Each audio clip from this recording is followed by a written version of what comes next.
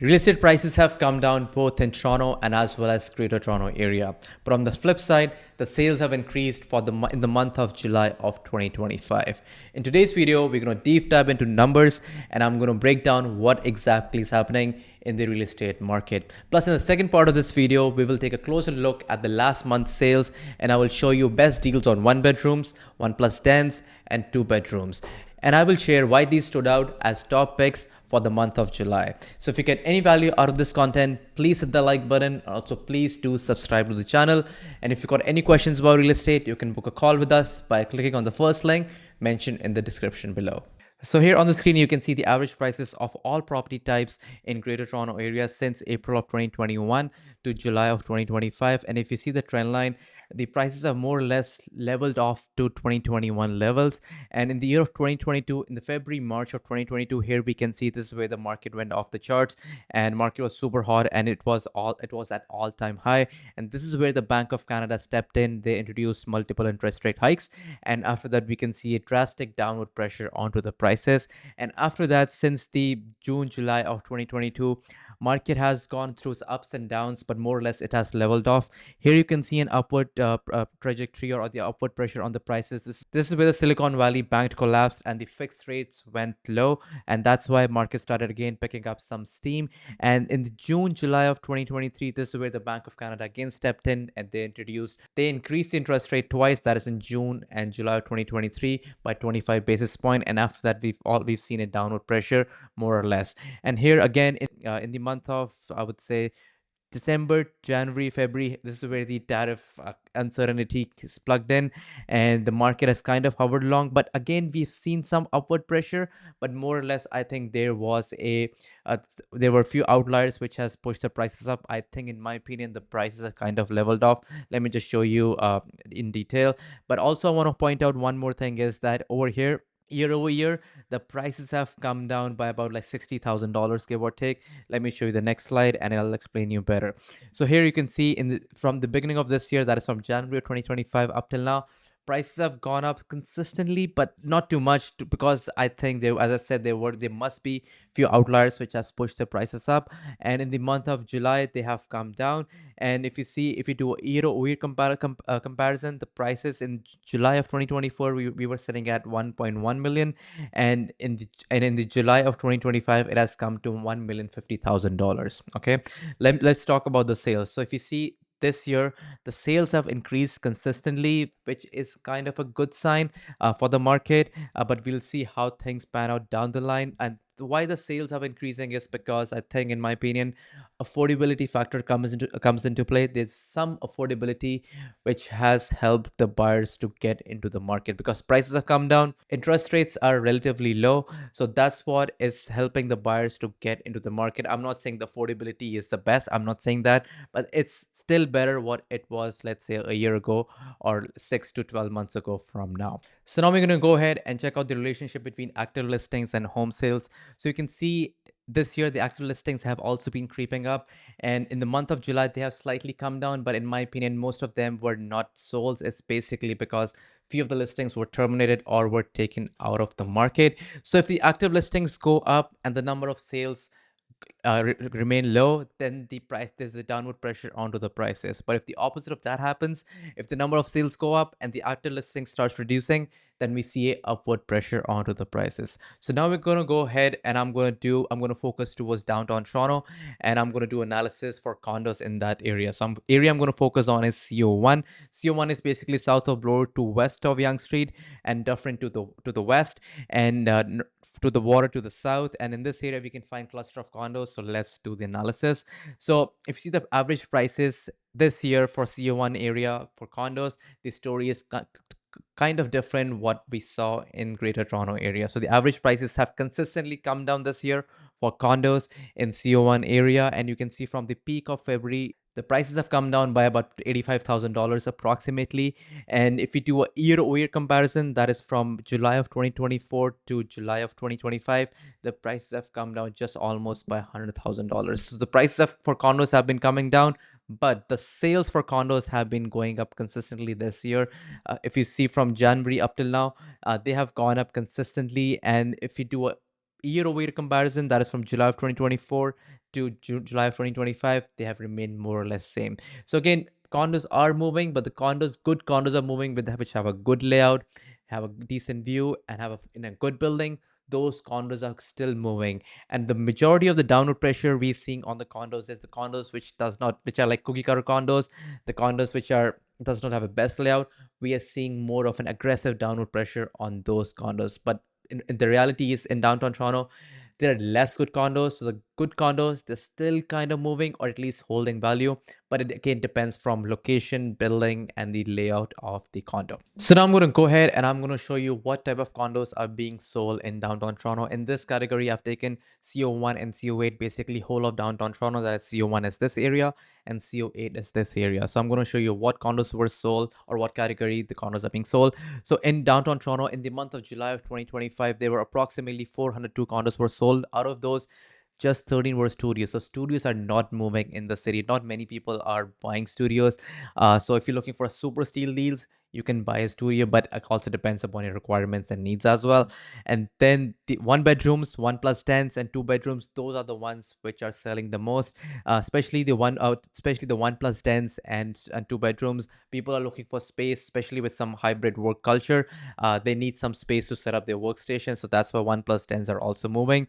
2+10s, they're not so they are, but there are also less 2+10s available on the supply side of things, so that's why we see less number of sales for 2+10s. Three bedrooms, not too much. Again, we have less supply of three bedrooms too. Four bedrooms, none were sold, and other were 10.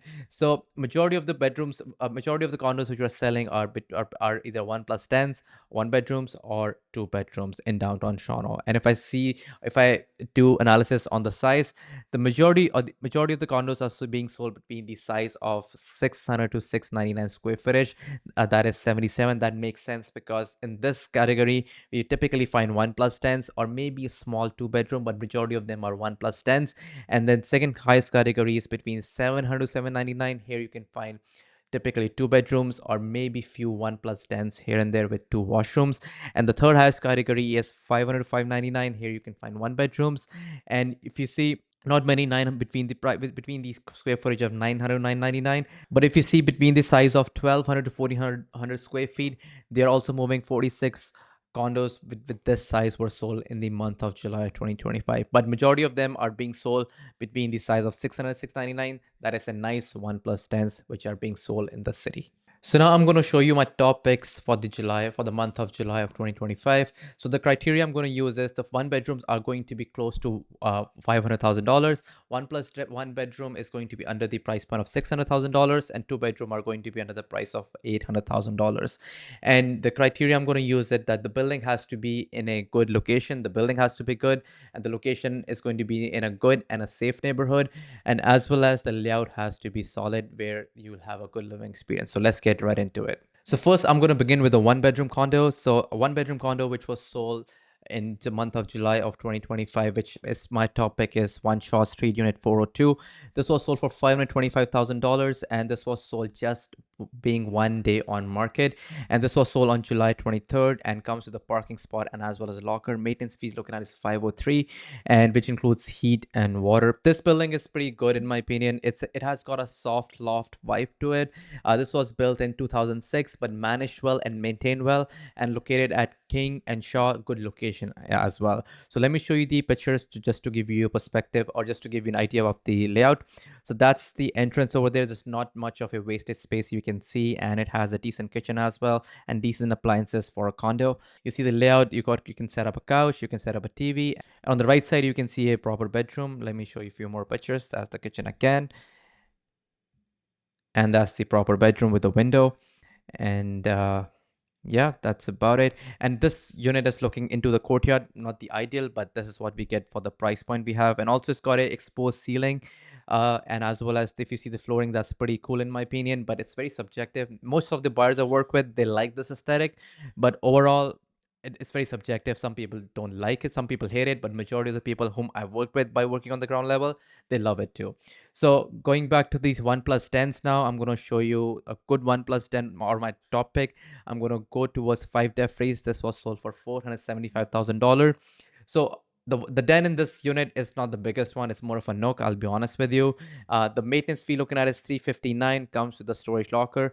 But this building is a newer building. That's why it does not include much of things in the utilities. And also in terms of the location, it's located in Regent Park. So many people have opinion on Regent Park. In my opinion, this area is becoming better. This building is located on the east side of the Regent Park. It's not too bad, but again, it's very subjective. But in my opinion, you're fine on this River Street or 5 Different Street.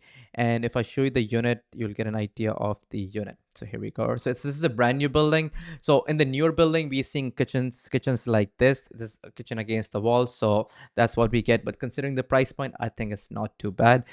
And looking out south, you get a lot of sunlight exposure. And that's the nook or the den I was talking about. Okay.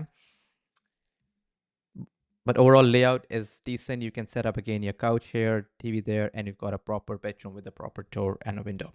Okay, looking out south, lots of sunlight exposure, and yeah, that's about it. You get the idea. Now I'm going to jump onto the other option that is again 1+10. I'm going to show you one more option that is 30th Inuzi. It's located in Fort York area, Fort York and Bathurst, or Lakeshore and Bathurst. That's intersection.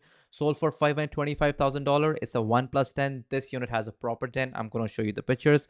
Comes with a parking spot, no locker, maintenance fees 465.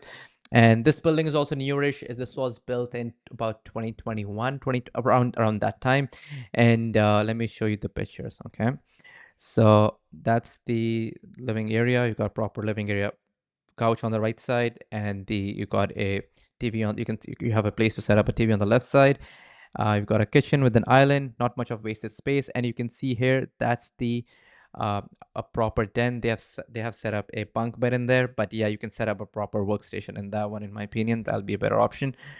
And I'll show you the bedroom as well.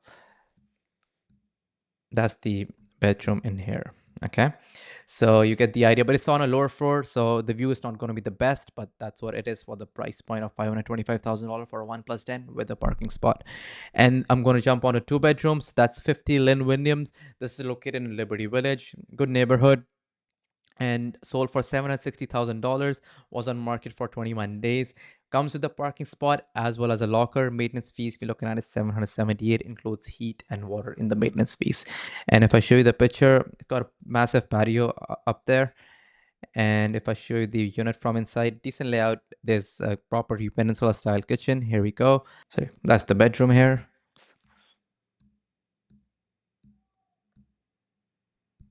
So you get the idea. Okay, so now I'm gonna go and show you one more 2 bedroom, good 2 bedroom or top pick, which was sold in the month of July. This was sold on 30th July and sold for $775,000. Was listed for 800K and was on market for 53 days. Comes with a parking spot and a locker. Maintenance fee is 704. Good location, located in Fort York area. A solid neighborhood in my opinion. And if I show you the kitchen, decent kitchen. That's the living area, and one of the bedroom is on the right side and the other one is on the left side. You're looking out southwest. Lots of sunlight coming in. Let me show you the floor plan of this unit. That'll give us a better picture. So here we go. So here you can see that's the entrance. You've got a bathroom in here, and that's the kitchen. The living area, 1 bedroom is on the left side, the other one on the right side, so it's got a split layout. But one downside is the bedroom, so the second bathroom is far off from the second bedroom, so that's the one downside. Otherwise, this is a solid floor plan in my opinion. And yeah, that's about it. So I hope I was able to give you some value, and if I did, please hit the like button. If you got any questions about real estate, you can book a call with me by clicking on the first link mentioned in the description below. Thank you, and see you in the next video.